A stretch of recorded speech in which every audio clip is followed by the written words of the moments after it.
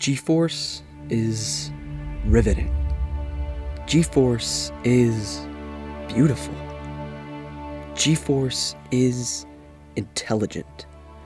G-Force is creative. I've never seen such an inspirational film. G-Force is breathtaking and captivating and groundbreaking and booty shaking. G-Force is the ultimate goal in the evolution of artistic cinematography. If I had any other positive adjectives to describe G-Force, I would. Wait, hold on. This isn't my G-Force script. Okay. Okay. I found it. G-Force is bad. G-Force is a bit scary. G-Force is just strange. G-Force is weird and uncanny, and why does everyone I talk to love this movie? Am I the only one who sees this film for what it is? A shallow, bare minimum spy movie about guinea pigs? I can't be the only one, can I?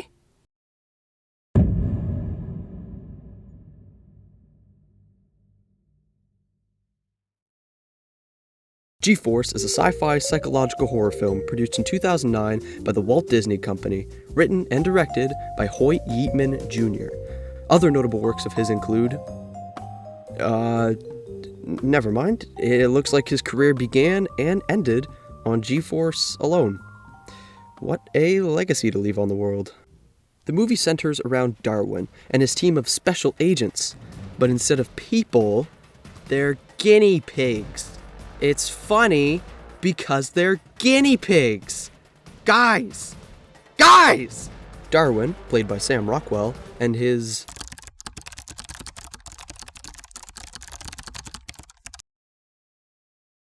model are tasked to save the planet from an evil corporation who wants to take over the world. Literally the most cliche spy movie plot there ever was. I'm not going to narrate the entire plot of the film like I did in my Star Wars video, but we are going to introduce the characters.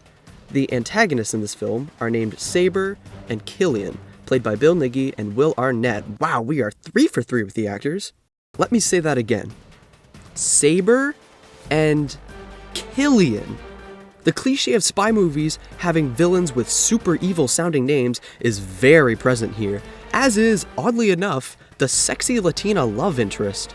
Her name is Juarez, and is played by Penelope Cruz. What is with all these A-tier actors in this movie? Juarez has the attention of Blaster, played by Tracy Morgan, who's really only there to be the somewhat comic relief.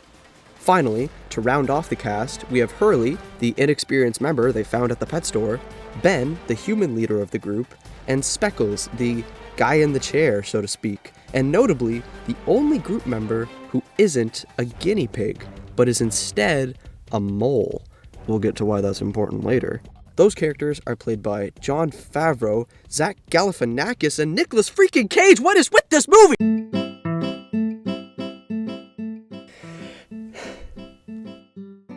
The story of this movie is incredibly average for an idea this wacky.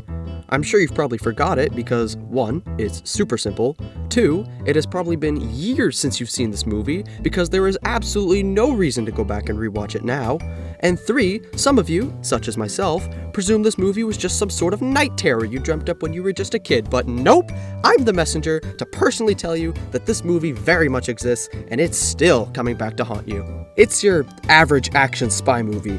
Villains want to take over the world, the heroes lose all their gear and have to start from the bottom again, they work their way back to the top while training someone super inexperienced, stop the bad guys from taking over the world, and life's all good again. But, this movie has a plot twist. The main bad guy turns out to be Speckles all along. But how could this have possibly happened? How did someone so sweet turn out to be such a monster? How could... This is the most predictable plot twist I've ever seen. Throughout the entire movie, there's a faceless bad guy with a voice modifier who says, "You'll understand why I do not show myself later." And when Speckles faked his death, it felt so out of place that it basically had to be a secret reveal. But if you want to hear something really dumb, His reasons to destroy the entire human race stem from his father telling him this just before he died. Son, if you ever get the chance to bring mankind to its knees, do it.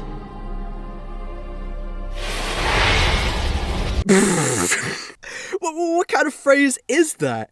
Who in their right mind even says something like that? You know, I feel like this is where the writers just kind of ran out of ideas. They just said, yeah, we'll put the Nick Cage mole and the giant mech at the end. Why not? Also, don't you think it's just a little bit weird that they made the only team member of a different species the secret villain? Like, I get it, they were trying to say the mole was the mole, but really? All in all, this film's story is just really average and weird. There's so many moments that just made me wonder, why? Why did this sequence of events have to happen? Like, why did this random kid come in and throw Hurley into a snake cage? What was the point of that? It had absolutely no bearing on the plot, and this movie is just full of these random moments. Whatever, I'm done talking about the stupid story. Next segment. Now, there's a reason that Disney picked a director with absolutely no prior directing experience to be in charge of this $150 million movie. And that is that Hoyt Yeatman has an extensive background in visual effects. He won the Academy Award for Visual Effects in 1989 and an Academy Award for Technical Achievement in 1999. And I'm not gonna lie to you, the visuals still hold up. I'm definitely not the most knowledgeable on digital effects, but I can still sit down and watch this movie without having any issue with immersion. Sure, the robots and the guinea pigs are still clearly fake in the way that they move and all, but really, it hasn't aged that bad. As for the audio, I have a bone to pick. The pop songs in this film have aged tremendously. I Got a Feeling and Boom Boom Pow by the Black Eyed Peas, Just Dance by Lady Gaga, Jump by Flo Rida. The music is the main reason why this movie feels so old. Popular music is only utilized in films like this so that the audience can relate and say, hey, I know the song, and it gives them a reason to pay attention to the stupid guinea pigs. But what happens when those popular songs of the past aren't popular anymore? I'll tell you what happens. It makes the movie feel old, cheap, and out of date. As for the actual score of the movie, it's fine. It's basic spy movie action music that you'd expect. Nothing special came from the score. It's just perfectly acceptable. So instead of humans, the movie stars get this.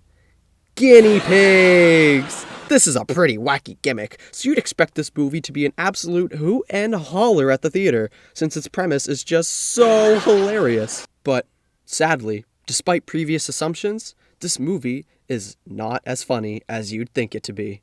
You know that thing you do when you see something mildly funny on TikTok, but not actually funny? So instead of outright laughing, you just kinda blow a bit of air out of your nose? You know that laugh? I did that twice throughout the entire movie, and one of them was when the Nick Cage mole got crushed in a garbage truck. Not once did I outright laugh at a joke, not even a giggle. The only emotion I felt through this entire movie was not amusement, but sadness. And the only time I felt sadness was at the final dance scene. All right,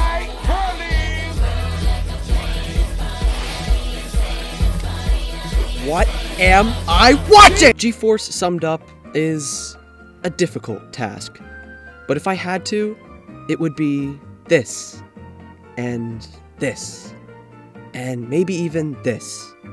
But why, you may be asking, am I showing you these pictures? Well, it's because G-Force is something that I like to call a crack house movie.